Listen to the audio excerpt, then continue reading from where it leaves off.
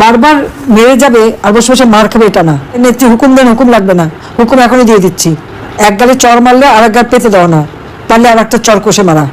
দর্শক, নববর্ষের দিনে শেখ হাসিনার আরেকটি অডিও ভাইরাল হয়েছে ইউটিউবে, ফেসবুকে। সেই অডিওটা ঘুরে বেড়াচ্ছে। সেই অডিওতে শেখ হাসিনাকে প্রথমবারের মতো নেতাকর্মীদের উদ্দেশ্যে এগ্রেসিভ কথা বলতে শোনা গেল এবং নেতাকর্মীদের রীতিমতো প্রতিশোধপরায়ণ হওয়ার মতো ভয়ঙ্কর কথাও বলে ফেললেন তিনি।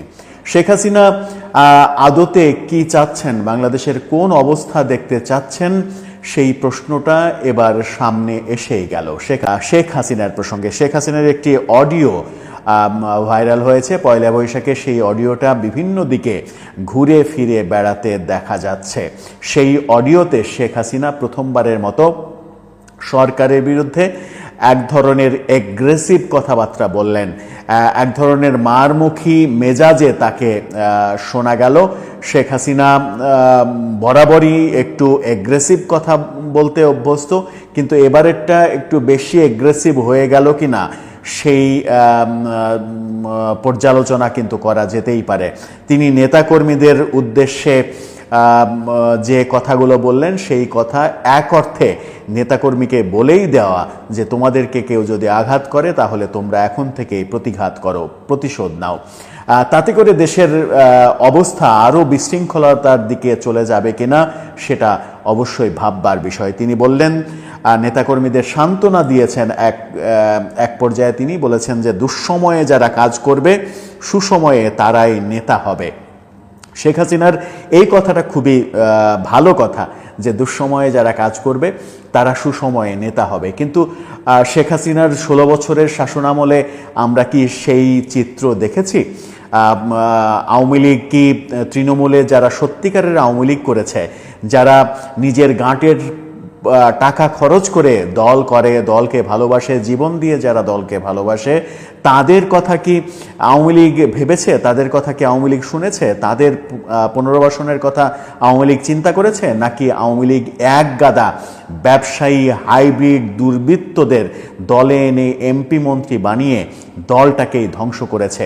সেই প্রশ্ন কিন্তু সামনে জল জল করছে, একেবারে এখনও তাজা সেই প্রশ্ন। যাই হোক, শেখ হাসিনার হয়তো নতুন করে বোধোদয় হয়েছে যে যাদেরকে তিনি সুসময়ের কোকিল হিসেবে নিয়েছিলেন তারা আসলে দুঃসময়ের কাণ্ডারি হতে পারবে না। তাই তৃণমূলকে সান্ত্বনা দেওয়ার ভাষায় বলেছেন, যে ভাষাটা তিনি তাকে লক্ষ্য করা গেছে যে প্রতিবার যখন নির্বাচনের সময় আসে তখনই এই কমন কথাটা বলা হতো, আমরা শুনেছি তার এবং সর্বোচ্চ নেতাদের মুখ থেকে, যে তৃণমূলী আওয়ামী লীগের মূল ভরসা।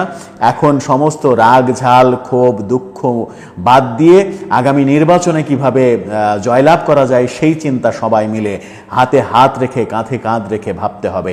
এই ডায়লগটা কিন্তু খুবই কমন ডায়লগ, নির্বাচনের সময়কার ডায়লগ।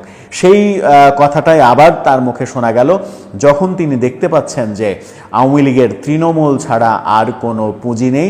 সমস্ত নেতা যখন পালিয়েছে, নেতারা দুর্নীতির মধ্যে ডুবে গিয়ে নিজেদের রক্ষা করার জন্য পালিয়ে গেছে, তখন তিনি তৃণমূলের উপরে ভরসা করে বলেছেন দুঃসময়ে যারা কাজ করবে, অর্থাৎ এখন যারা কাজ করবে সুসময়ে তারা সুযোগ পাবে, তারা নেতা হবে।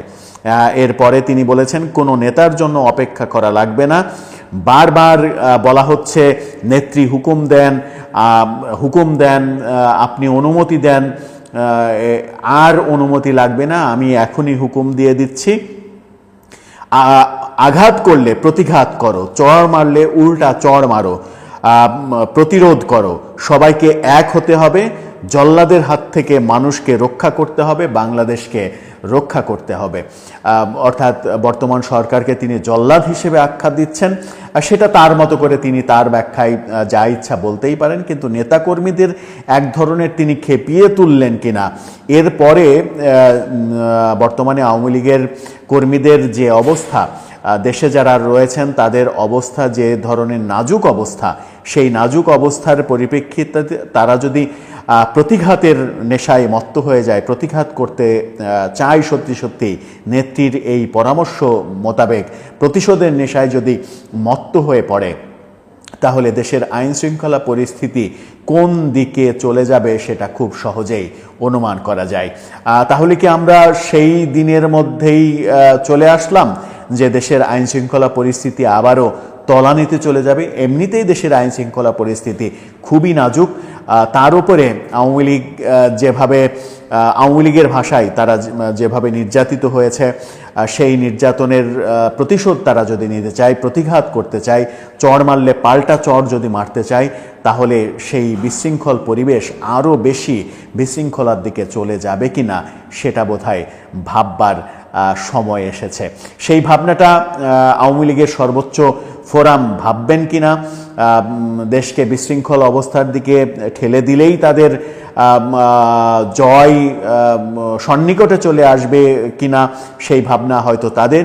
কিন্তু আমরা যারা সাধারণ মানুষ, যাদের দিন নুন আনতে পান্থা ফুরায়, যারা মধ্যবিত্ত নিম্ন মধ্যবিত্ত মানুষ, তারা চায় দেশে শান্তি বিরাজ করুক, দেশ যেন বিশৃঙ্খল না হয়। কে ক্ষমতায় থাকলো, কে ক্ষমতায় আসলো, কে ক্ষমতা থেকে গেল, এটা আসলে বাংলাদেশের বেশিরভাগ মানুষেরই হেডেক না। বাংলাদেশের বেশিরভাগ মানুষের মূল হেডেকের জায়গা হচ্ছে চালের দাম কত, তেলের দাম কত। যদিও আমরা গতকালকেই একটা বিবৃতিতে দেখেছি, খবরে দেখেছি যে সয়াবিন তেলের দাম আবারও 14 টাকা বাড়িয়েছে সরকার। ব্যবসায়ীরা 18 টাকা বাড়াতে চেয়েছিল, সরকার ব্যবসায়ীদের উপরে সদয় হয়ে 4 টাকা মাইনাস করে 14 টাকা লিটারে বাড়িয়ে দিয়েছে। গ্যাসের দাম শিল্পক্ষেত্রে 33% বাড়িয়ে দিয়েছে। এমনিতেই যখন আমাদের নাভিশ্বাস অবস্থা, তখন দেশের অবস্থা, দেশের আইন শৃঙ্খলা পরিস্থিতির অবস্থা যদি আরও অবনতির দিকে চলে যায়, তাহলে আমাদের বেঁচে থাকাটা খুব কষ্ট হয়ে যায়। আগে তারেক রহমানের কথা বলেনি, তারেক রহমান খুবই গুরুত্বপূর্ণ একটা কথা বলেছেন। সেই কথাটা সরকারের উদ্দেশ্যে বলেছেন এবং সরকারের সংস্কার কার্যক্রমের এক ধরনের বিপক্ষেই কথা বললেন তিনি। ঈদের পরে বিএনপি আরও বেশি এগ্রেসিভ হবে, এরকম আভাস আমরাও দিয়েছিলাম। ঈদের পরে সত্যি সত্যি বিএনপি এগ্রেসিভ মোডে যাচ্ছে এবং তারেক রহমানের এই মন্তব্যটা খুবই এগ্রেসিভ, যেটা সরকারের জন্য খুবই বিপজ্জনক, বিব্রতকর হতে পারে বলেই মনে হচ্ছে। তিনি বললেন, বড় বড় জায়গায় বসে, এয়ার কন্ডিশনের ভেতরে বসে, বড় বড় দামি দামি অফিসে বসে তারা সংস্কারের কথা বলছে। আজকে যারা সংস্কারের কথা বলছে, এরা সুবিধাপ্রাপ্ত হয়ে, অর্থাৎ সরকার তাদের গাড়ি দিচ্ছে, তাদের বেতন বোনাস ভাতা দিচ্ছে, তার উপর তারা বসে সংস্কারের কথা বলছেন, এমনটাই মন্তব্য করেছেন তারেক রহমান। তিনি বলেছেন, সংস্কার আগে না নির্বাচন, সংস্কার আগে নির্বাচন পরে, এই কথা যারা বলছেন তাদের সমালোচনা করে করেন তিনি। এবং তিনি বলেছেন যে বিএনপি সংস্কার করবে কিনা সেই সন্দেহ সংশয়ের কথা যারা বলছেন, তাদের সেই সংশয় নাকচ করে দিচ্ছি আমি। নিজের এই বক্তব্যের পক্ষে যুক্তি হিসেবে বিএনপির ভারপ্রাপ্ত চেয়ারম্যান বলেছেন, বিএনপি এসব সুযোগ সুবিধার মধ্য থেকে কখনো সংস্কারের কথা বলেনি, বলবেও না। বিএনপি যখন সংস্কারের কথা বলেছে, তখন বিএনপি রাজপথে স্বৈরাচারের সাথে যুদ্ধ করেছে, একদিকে আন্দোলন করেছে, আর একদিকে বিএনপি দেশ গঠনের চিন্তা করছে। অর্থাৎ এই সরকারের যে লক্ষ্য, আগে সংস্কার করবে, সমস্ত সংস্কার করে তারপরে নির্বাচন দেবে, সেই নীতির বিপক্ষে যে বিএনপির অবস্থান, সেটা তারেক রহমানের কথায় স্পষ্ট হয়ে গেল। শেখ হাসিনার প্রসঙ্গে আসবো, তার আগে ছোট্ট করে বলে নিই, আজকে পয়লা বৈশাখ শেষ হয়ে গেল। পয়লা বৈশাখ উপলক্ষে জনগণের ট্যাক্সের টাকা সরকার যাচ্ছে তাই ভাবে নষ্ট করছে, খরচ করেছে বলে অভিযোগ উঠেছে।